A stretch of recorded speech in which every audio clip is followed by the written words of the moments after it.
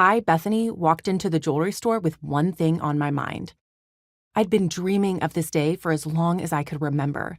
Kristen had been wearing her purity ring for almost 2 years, and I wanted to join her in this step toward becoming a real Christian woman.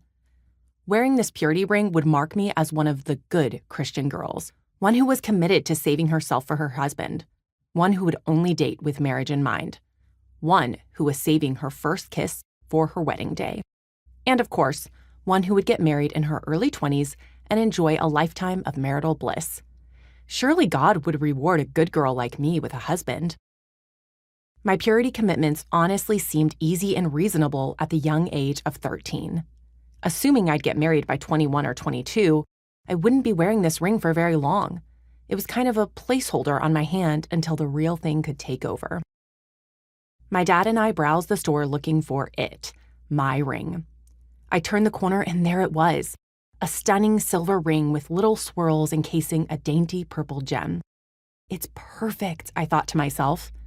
I pointed out the purple beauty to my dad and he agreed that it was the one. My dad slipped the ring on my finger and I felt like a grown-up for the very first time, a very young grown-up. But I was wearing a ring that marked my commitment to marriage. That was mature stuff. The years rolled on and I maintained my commitments. No sex before marriage, no casual dating, no kissing, no compromising the identity I found in being a pure Christian woman. My early 20s were met with a series of unfortunate dating relationships. Despite my intentionality in dating, marriage just wasn't becoming a reality in my life. I had the purity ring. I had commitments. I just couldn't find the man. The pressure to maintain my pure girl reputation only increased as the years ticked on. I became known for my purity. I was the good Christian woman. I was the woman saving her first kiss for marriage. I was doing all the right things. This was my identity. This was who I was.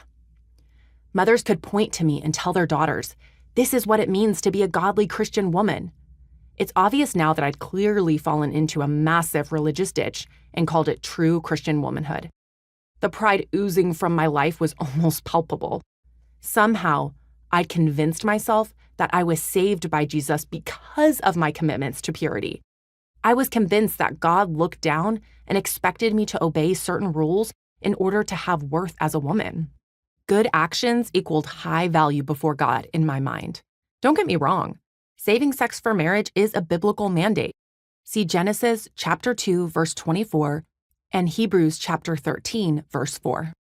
Having moral boundaries is in line with the wisdom found in Proverbs, Ephesians, and 1 Corinthians.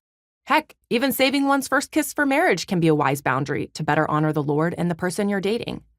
It's a matter of making sure the boundaries and convictions are rooted in biblical wisdom, a solid understanding of being saved by grace alone, and a heart that desires the Lord above the accolades of people. But in my late teens to early 20s, that wasn't the case for me.